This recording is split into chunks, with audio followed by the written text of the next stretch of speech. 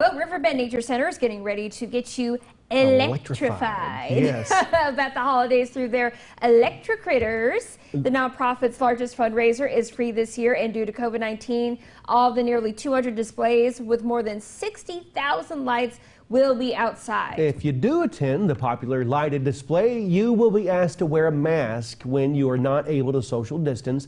ElectriCritters will begin November 27th at 6:30 p.m. and it will run each Friday and Saturday through December 19th.